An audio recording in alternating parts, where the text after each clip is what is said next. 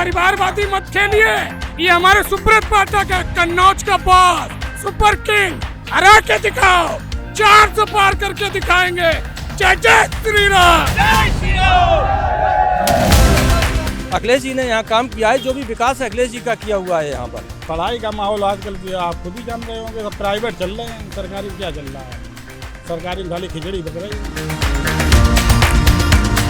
अखिलेश से बहुत कार्य करेंगे, हमको उम्मीद है। इस बार 1 लाख वोटों से अखिलेश यादव को सेपई भेजेंगे। कन्नौज से जो अभी तक अध्यक्ष जी पहले भी लड़े हैं, तो इस बार रिकॉर्ड टूटेगा। अगले टिकट भी अगुल आपकी बात आ सका।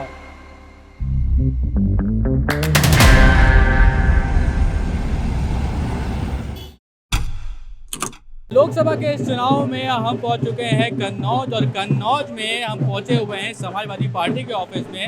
ये जश्न का माहौल इसलिए है क्योंकि यहाँ पर अब अखिलेश यादव कन्नौज से चुनाव लड़ने जा रहे हैं। अब आप देखेंगे अगर तो उत्तर प्रदेश में राहुल गांधी और अखिलेश यादव, ये दो चेहरे हैं आप देख रहे हैं, और कह रहे हैं कि इस बार पीडीए सरकार। लेकिन क्या कुछ चल रहा है पार्टी कार्यालय में, पार्टी के लोग क्या कुछ कह रहे हैं, उसको देखने की कोशिश करते हैं, उसको समझने की कोशिश करते हैं, क्योंकि इंतजार कर रहे हैं ये अखिलेश यादव का, और ये चाहते हैं कि 5 साल बाद कन्नौज में भी अखिलेश यादव वापस जीत कर आए। आइए देखते हैं कि अंदर क्या हो रहा है।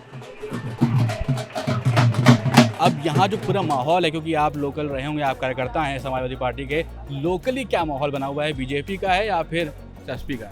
बच्चा बच्चा अखिलेश जी से जुड़ा हुआ है, एक एक कार्यकर्ता अखिलेश जी से जुड़ा हुआ है। जब से सन 2000 से आज 2024 हो चुकी, उन्होंने लाखों कार्यकर्ताओं की अनगिनत मदद की, नौकरियों से लेके हर जगह मदद की। और जब से भारतीय जनता पार्टी की सरकार आई है, यहाँ की स्वास्थ्य सेवाएं बदहाल हैं। कोई हॉस्पिटल सरकारी चल नहीं रहे हैं, केवल एक काम हो रहा है, प्राइवेट अस्पताल खुल रहे हैं और उनमें जनता लूटी जा रही है। बिल्कुल वापसी करेंगे, 100% वापसी, इसमें कोई शक नहीं, और बहुत भारी मतों से वापसी करेंगे। अखिलेश जी ने यहाँ काम किया है, जो भी विकास अखिलेश जी का किया हुआ है यहाँ पर। यहाँ बीजेपी ने कुछ नहीं किया। बीजेपी ने सिर्फ मोटी मोटी जहाँ रकम थी उसको अपने हथकंडे में किया। ये देखिए, आपके सारा इंडिया का पैसा, पब्लिक का पैसा था, 2-2 पैसे जोड़ के पब्लिक ने इकट्ठे किए थे एजेंसियों पे, और इन्होंने सारा का सारा हजम कर लिया। किसी भी ग्राहक को पैसा नहीं वापस किया है। अखिलेश से बहुत कार्य करेंगे, हमको उम्मीद है। ये आज जो भैया कह रहे हैं कि सहारा का पैसा उन्होंने अपने खाते में जमा कर लिया है, लूट लिया है, कुछ नहीं मिला है। आज ये देख है विकास, ये जो रोड चल रही है अखिलेश यादव की देन है। मेडिकल कॉलेज, किसान बाजार, और ये आपका जिला अस्पताल, और जाने कितनी योजनाएं अखिलेश भैया ने की थी। इन्होंने कुछ नहीं किया, इन्होंने सबका साथ अपना विकास किया है बस। और ये कहते थे कि अखिलेश यादव हमारे आगे भाग गए, वो भागे नहीं, वो हमारे भाई है। वो कन्नौज की जमीन उनका इतिहास है, नेताजी का है। अखिलेश जीतेंगे बस। भाजपा में कहते हैं अगर हम बुराई कर रहे तो हमारे ऊपर ईडी का मुकदमा, फलाने मुकदमा, उनमें जाओ तो गंगा जी से टूट के धुएं निकले हैं। अखिलेश यादव जिंदाबाद जिंदाबाद रहेगा। अखिलेश यादव जिंदाबाद जिंदाबाद। अगर उनको प्राण की जरूरत पड़े तो मैं प्राण देने को भी तैयार हूँ। ये कहते बूथ कैंपिंग कराओ, बूथ के पिछड़ा डिम्पल यादव इलेक्शन नहीं हारती, डिम्पल यादव इलेक्शन नहीं हारती, 2-3 जगह की मतगणना नहीं होने दी, डंडा चलवा दिए। ठीक कहते आज हमारे अखिलेश भैया आए हैं, जनता को पूरी उमंग है और वही जीतेंगे। वापसी नहीं, इस बार हमें लगता है जीत का रिकॉर्ड टूटने वाला है। कन्नौज से जो अभी तक अध्यक्ष जी पहले भी लड़े हैं, तो इस बार रिकॉर्ड टूटेगा। और बीजेपी उम्मीदवार कह रहे हैं जमानत अपनी बता रहे होंगे। बिल्कुल 100% वापसी कर रहे हैं। इतना विकास किया है कन्नौज में माननीय राष्ट्रीय अध्यक्ष जी ने कि यहाँ पे नदियों के सभी के पुल बनवा दिए, सड़कें बनवा दी। अब कुछ बचा नहीं है। पैरा मेडिकल कॉलेज बनवा दिया, मेडिकल कॉलेज बनवा दिया, इंजीनियरिंग कॉलेज बनवा दिया, पॉलीटेक्निक बनवाई है। तो यहाँ सब कुछ अखिलेश जी ने ही करवाया। अगर जनता भी जानती है इसको। अखिलेश जी आज जनता की आवाज़ हैं, और केवल कन्नौज ही नहीं, उत्तर प्रदेश की हर एक जनता की आवाज़ है कि अखिलेश जी सदन पहुँचे। महिलाओं, किसान, नौजवान, बुजुर्गों की बात को रखें और जो समस्या उत्तर प्रदेश से उत्पन्न हो रही है और उसको देश में बताने का काम करें और योगी जी को और मोदी जी को अखिलेश जी कन्नौज से ही रोकने का काम करेंगे। देखिए उत्तर प्रदेश और विशेषकर कन्नौज में जो भी काम आपको दिख रहा है और उत्तर प्रदेश में दिख रहा है वो माननीय अखिलेश यादव जी के कार्यकाल में है। आप जो ये सड़कें देख रहे हैं, सड़कों का जाल, नदी, आप पूरे कन्नौज में किसी भी गांव में पहुंच जाइए तो जो भी काम है अखिलेश यादव जी के है। उनका काम सुब्रत पाठक जी का जनता को बरगलाना था, वो बरगला चुके 5 साल। अब वो चुनाव लड़ने लायक जनता उनको इस बार से नहीं छोड़ेगी, मुझे जो यकीन है।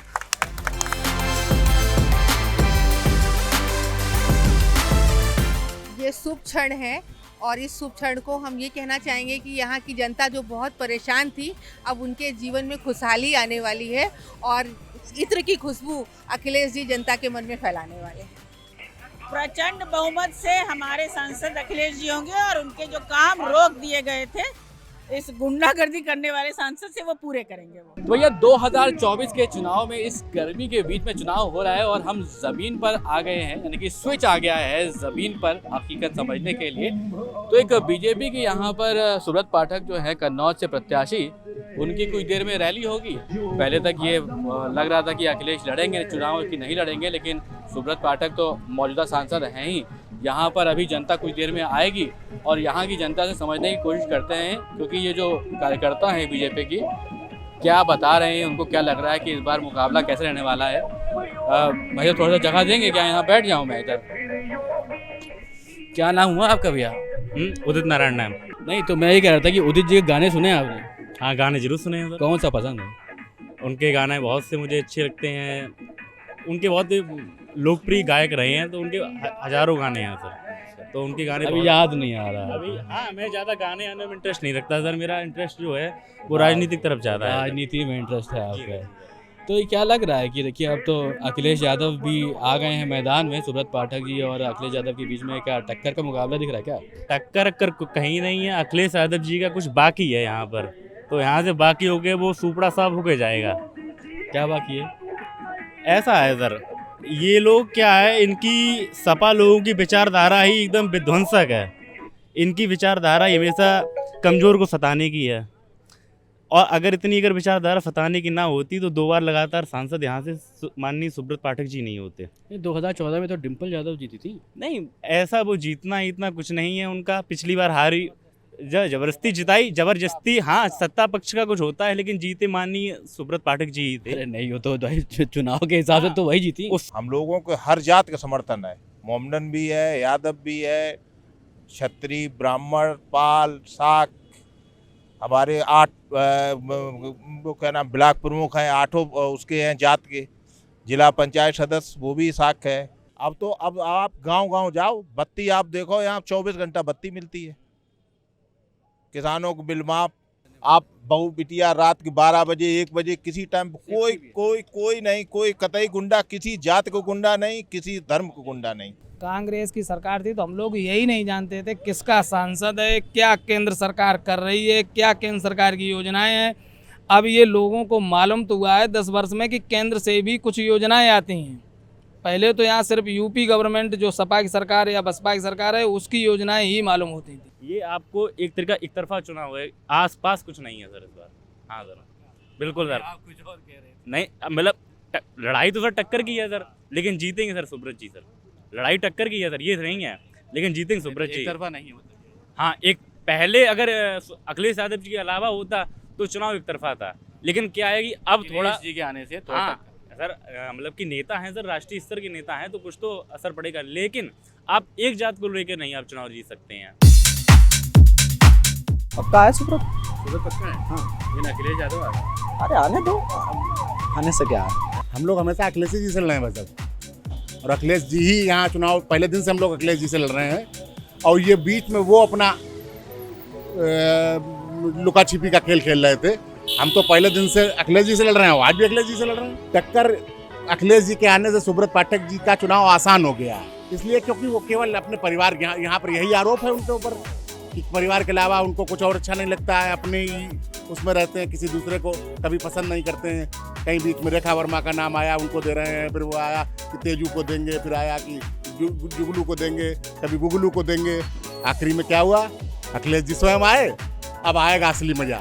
लेकिन हाँ, चुनाव होगा, बहुत अच्छा चुनाव होगा और भारतीय जनता पार्टी कम से कम 1 लाख वोटों से यहाँ अखिलेश यादव को हराएगी।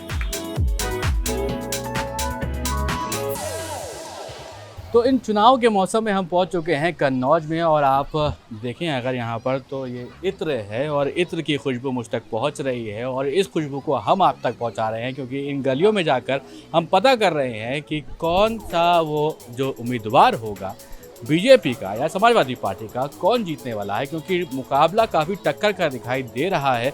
यहाँ की जनता क्या बता रही है उसके बारे में भी हम बात करेंगे और ये भी बात करेंगे कि यहाँ के जो छोटे बिजनेसमैन हैं उनका क्या कहना है, किसकी सरकार चाहते हैं, यहाँ पर कौन सा उम्मीदवार चाहते हैं, क्या सुब्रत पाठक सही हैं जो अभी ऑलरेडी यहाँ पर सांसद हैं या फिर अब अखिलेश यादव भी इस चुनावी टक्कर में आ गए हैं। तो कौन यहाँ से इस उम्मीदवारी के साथ आगे बढ़ता है और संसद तक पहुँचता है, जानने की कोशिश करते हैं हम कन्नौज में। तो फाइट तो अच्छी होगी, बल्कि सीट निकलनी चाहिए अखिलेश जी की। प्रतिपक्ष अगर मजबूत नहीं होगा तो काम नहीं हो पाएंगे।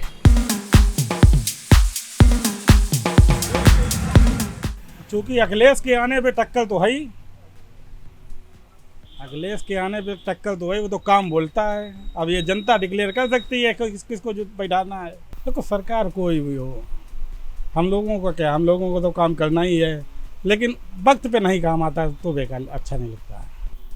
पढ़ाई का माहौल आजकल तो आप खुद ही जान रहे होंगे, सब प्राइवेट चल रहे हैं, सरकारी में क्या चल रहा है? सरकारी में खाली खिचड़ी पक रही है,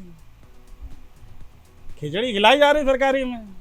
अब हमारे यहाँ बगल में ही एक प्राइमरी स्कूल है, 8वें तक स्कूल है जिसमें टीचर शायद 2 ही हैं। अब बताओ बच्चे कैसे पढ़ेंगे? क्या भविष्य होगा उन बच्चों का? हमारे कोई नेता के बच्चे क्या पढ़ते हैं सरकारी में?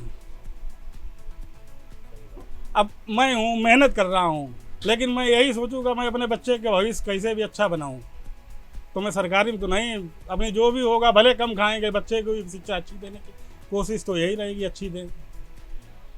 अब इत्र का सब आजकल धीरे धीरे बाहर ही पहुँचता चला जा रहा है।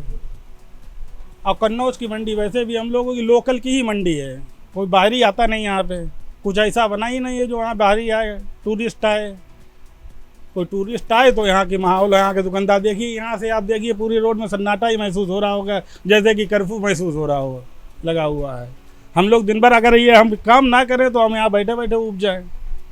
यहाँ पे इस समय जो है मार्केट की रौनक वो खा गए मॉल वाले और ऑनलाइन वाले। वोट डालने वाला मेन मीडियम वर्ग का लोग है, कोई धन्ना सेठ तो वोट डालने आता नहीं है।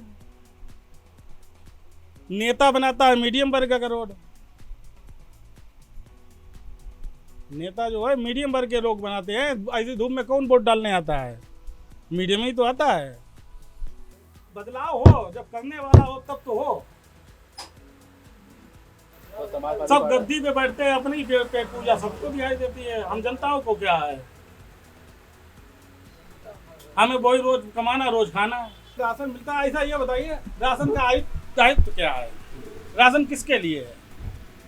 मैंने ये देखा हुआ है मार्केट में जो राशन से ला रहे चावल, अब वो वही लोग मार्केट में बेच रहे हैं। अब वो मार्केट जो जिनको फ्री मिल रहा है वो मार्केट में बेच रहे हैं, अब जिनको चाहिए वो मार्केट में वही चावल खरीद के खा रहे हैं। अब बताइए गरीब कौन है? सुविधाएं जिसको चाहिए उसको नहीं मिल रही हैं। सुविधाएं तो बहुत हैं, लेकिन सुविधाएं मिलने के लिए भी तो कोई चाहिए। और दूसरा हम तो कहते हैं, वो कहते हैं गरीबी खत्म हो गई। जब गरीबी नहीं है तो फ्री बांटने का दायित्व क्या है?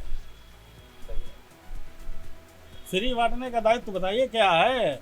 यानी कि आप कह रहे हैं करोड़ों रुपए हमने जो है अन्य खाना पीना बांटा है, तो यानी कि तुम्हारे यहाँ गरीबी है। गरीबी है तभी तो बांटा है। अगर आदमी सक्षम है तो वो क्यों खाएगा? सबसे मेन तो है यहाँ व्यापार और शिक्षा।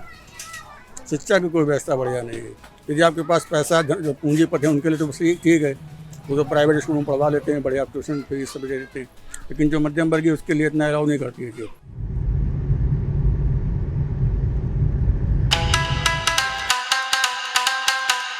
यहाँ की जो टीचर्स हैं वो कौन कौन हैं, कितने टीचर हैं यहाँ पे? जी, यहाँ पे एक शीतला दुबे मैम है, और जो दूसरी मैम है उनका नाम नहीं पता। तो शीतला मैम से भी मेरी बात हुई थी, उनकी तबीयत नहीं ठीक थी तो वो आज नहीं आई हैं। तो 2 टीचर हैं जी, और स्कूल 1 से 8 तक का है जी, सब वही पढ़ाती हैं जी। तो कैसे 1 से 8 तक कैसे पढ़ाएंगे? अभी तो हम लोग आए हुए हैं तो हम लोग भी पढ़ाते। एक और मेरे साथ है, उसके बाबा की डेथ हो गई है तो वो आज आई नहीं है, इसीलिए, नहीं तो वो हम लोग मैनेज करते हैं। कन्नौज के इस चुनावी सफ़र में एक स्कूल में हम पहुंचे थे। ये पुराना इलाका है कन्नौज का, और इस स्कूल में अगर आप देखें तो जगह जगह दरवाजे हैं, उनमें ताले लटके हुए हैं, और ये 1st क्लास से लेकर 8th क्लास तक का स्कूल है। अभी ये ताले हैं। इस वक्त दिन का करीब 1 बज रहा है और कुछ बच्चे अंदर हैं जो उनसे हम बात करके आए हैं। जो स्थिति है उन्होंने बताई है कि टॉयलेट किस तरीके का है। यहाँ पर ये रसोई घर भी है और रसोई घर में भी यहाँ पर खाना बनता है। दाल रोटी बन चुकी है, उसके बाद ये ताला लग गया है। बच्चे अंदर हैं और जो बीएड करती हुई एक स्टूडेंट हैं वो उनके ट्रेनिंग प्रोग्राम के अंडर वो यहाँ पर पोस्टेड हैं और वो पढ़ा रही हैं। जो बाकी के 2 टीचर्स यहाँ पर लोगों ने बताए हैं, यहाँ पर वो टीचर्स उसमें से एक प्रिंसिपल हैं, एक टीचर हैं जो 1 से लेकर 8 तक यानी 1st क्लास से लेकर 8th क्लास तक की पढ़ाई कराते हैं। अब ये स्थिति आप यहाँ पर देख सकते हैं कि गंदगी है, कूड़ा है, टॉयलेट का जो हिस्सा है वो भी आपने देखा। बॉयज़ टॉयलेट हमने आपको दिखाया है। टीचर्स के लिए टॉयलेट है, गर्ल्स के लिए, बॉयज़ के लिए अलग टॉयलेट ज़रूर है, लेकिन क्या स्थिति है वो देखने को मिलता है। तो कन्नौज में जब चुनावी यात्रा में हम निकले हुए हैं तो इस तरह की तस्वीरें भी आपको देखने को मिलती हैं। तो ये जो स्थिति है बहुत ही दयनीय स्थिति लगती है कि अब इस तरह से अगर बच्चे पढ़ाई करेंगे तो भविष्य कहाँ जाएगा।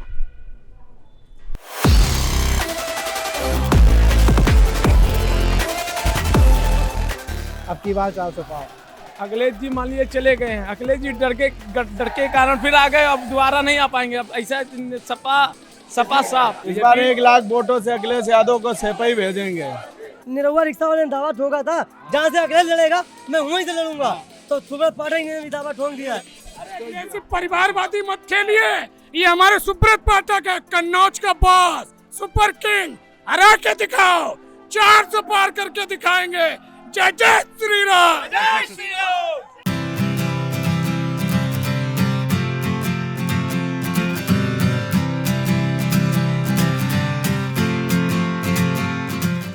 चुनाव के इस सफ़र में कन्नौज में हैं और कन्नौज में आपको पता ही है कि क्यों ये फेमस है अपने इत्र के लिए, अपनी खुशबू के लिए। और खुशबू हम आप तक पहुंचाने की कोशिश करेंगे। कैसे?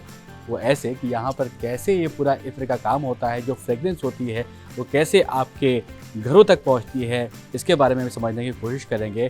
और ये भी आप समझ ही रहे होंगे कि जिस तरीके से यहाँ पर हमने आपको कन्नौज में दिखाया है, उससे आपको समझ में आएगा कि इस शहर में किसकी फिजाओं में हवा होगी, वो समाजवादी पार्टी होगी या बीजेपी होगी, ज़रूर आप कमेंट में बताइएगा। लेकिन चलिए फ़िलहाल हम बात करते हैं। यहाँ पर हमारे साथ वैभव जी हैं, वैभव पाठक जी, बहुत बहुत स्वागत है स्विच से बात करने के लिए। चलिए प्रोसेस को समझते हैं कि एग्जैक्टली, क्योंकि अब फ्रेगरेंस तो बहुत सारी चीज़ों में यूज़ होती है। आपसे मेरी जो बात हो रही थी पहले भी कि अब तो खाने में भी खुशबू है और आप इत्र तो लगाते ही हैं, आपको समझ में तो वही आता है कि इत्र है। बाकी और भी कई तरह के एसेंशियल ऑयल होते होंगे, उसमें भी आपका बिजनेस रहता होगा। प्रोसेस समझते हैं कि क्या होता है। प्रोसेस ये है कि ये डेगें होती हैं, जिसको डेग बोलते हैं।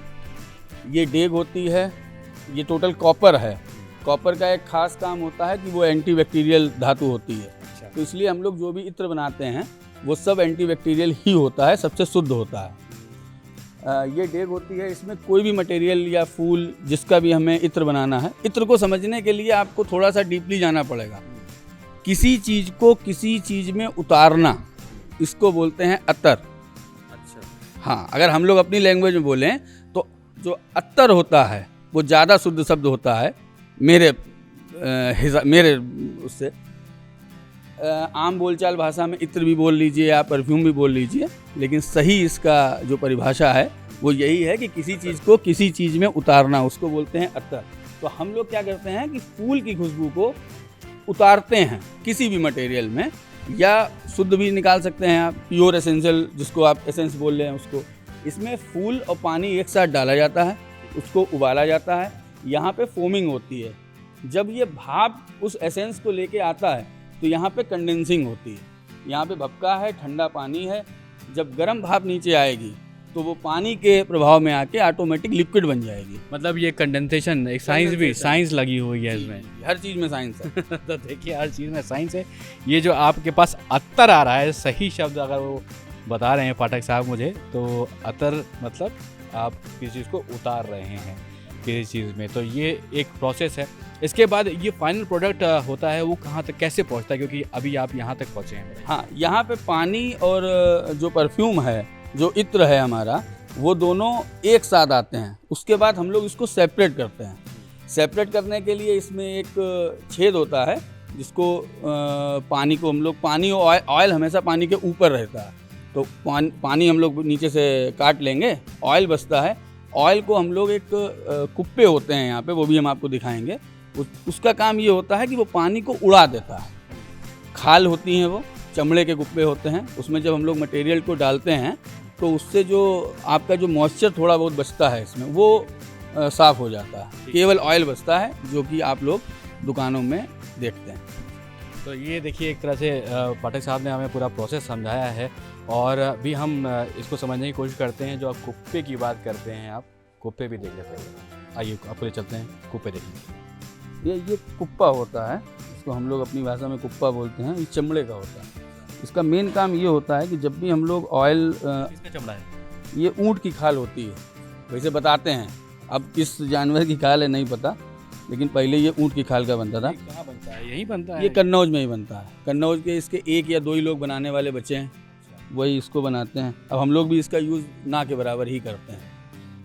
लेकिन इसका काम ये होता था कि जो इत्र होता है वो अगर हम साफ़ करने के लिए उसको खुला छोड़ देंगे तो उसकी खुशबू ख़त्म हो जाती है।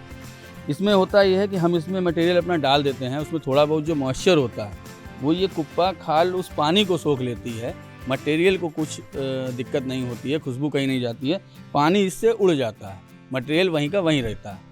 तो इसमें लगभग 3 या 4 दिन हमको धूप में रखना पड़ता है, उसके बाद बिल्कुल साफ़ हो जाता है। तो इसमें खुशबू बची रहती है। आप ये कह रहे हैं? आप सूंघिए, खस जैसी आप। तो ये आप देखें कि इतनी ज़्यादा खुशबू तेज़ होती है कि इसमें अभी भी खुशबू बसी हुई है। आप ये देखिए, इसका ये ढक्कन है, खुशबू मैं आप तक पहुंचा रहा हूँ। खस आपने सोचा, अगर आप 90s किड हैं तो आप कूलर में देखेंगे तो घास में, जो कूलर की घास आती थी उसमें खस पड़ता था, वो मेरे ख्याल से वही चीज़ है। खस शरबत आता था हरे रंग का, वो भी अगर कोई पीता हो अभी भी मिलता है मार्केट में, आई गेस। बेहतरीन खुशबू है ये, एकदम नेचुरल जो चीज़ आपको समझ सकते हैं कि आप नेचुरली जो चीज़ अगर आपको लगे कि आप जाएं और उसको आप स्मेल करें तो वो फ्रेगरेंस आपको यहाँ पर देखने को मिलती है। इत्र की एक खास बात और है, जो आप आज की तारीख में विज्ञापन देखते हैं डीओ के या अलग अलग परफ्यूम के, वो दूसरों के लिए लगाए जाते हैं। इत्र आदमी अपने लिए लगाता है। और बेहतरीन बात कही है, देखिए ये बात यही मिलेगी, इत्र आप अपने लिए लगा रहे हैं। तो देखिए ये एक बहुत लंबा प्रोसेस भी होता है, लेकिन अभी अगर सिचुएशन देखें तो बिज़नेस कैसा चल रहा है? बिज़नेस अच्छा चल रहा है। थोड़ी सी गवर्नमेंट को थोड़ा सा और सोचना पड़ेगा। हालांकि योगी जी हमारे कन्नौज में इत्र पार्क भी बना रहे हैं, बहुत तेज़ से उसका काम भी चल रहा है। तो उससे क्या होगा कि यहाँ के ऊपर टूरिस्ट आएगा, वो जो इत्र के बारे में नहीं जानता है, वो आज भी फंसा हुआ है एडवर्टाइजमेंट के जंजालों में कि डीओ लगाओ लड़कियाँ भाग के आती हैं। तो ये नहीं होगा, यहाँ पे आपको दिव्यता मिलेगी। इत्र जो होता है गर्मियों में आपको फ़ायदा करता है। जैसे आपने अभी ये बोला खस है, खस की खुशबू अगर आप कहीं ऐसी जगह लगाए हैं जो बार बार आपके नाक में आ रही है, आपको स्मेल आ रही है, तो आपको गर्मी से राहत मिलती है। अंदर की बातें हैं जो यहाँ पर वैभव पाठक साहब बता रहे हैं। गुलाब, इसमें गुलाब का काम है? हाँ, इसमें गुलाब का है। इसमें आप खुशबू सुनेंगे तो गुलाब की आएगी। गुलाब की है ओरिजिनल। आपको सिर्फ देखिए अभी इसमें वो एसेंस भी नहीं है, लेकिन सिर्फ जो कहते हैं कि एक अपना अरोमा और फ्रेगरेंस जो छोड़ गया है वो लकड़ी में आके बस गई है। वो तो बहुत बहुत शुक्रिया हमसे बातचीत करने के लिए और यहाँ पर हमें समझाने के लिए कि ये अतर का काम कैसे होता है। तो ये आपने देखा यहाँ पर कि अतर का काम कैसे होता है। आप लोग नॉर्मली इत्र समझते हैं और यहाँ कन्नौज में क्या माहौल है, यूपी में क्या माहौल है चुनाव को लेकर, ये हम लगातार आपको बताते रहे हैं। और ये वीडियो आपको कैसा लगा ज़रूर हमें बताइएगा कमेंट करके। और हमारी ये जो यात्रा है कन्नौज की यहीं पर ख़त्म होती है। ज़रूर बताइएगा कमेंट करके कि ये वीडियो आपको कैसा लगा और आप देखते रहें स्वच्छ।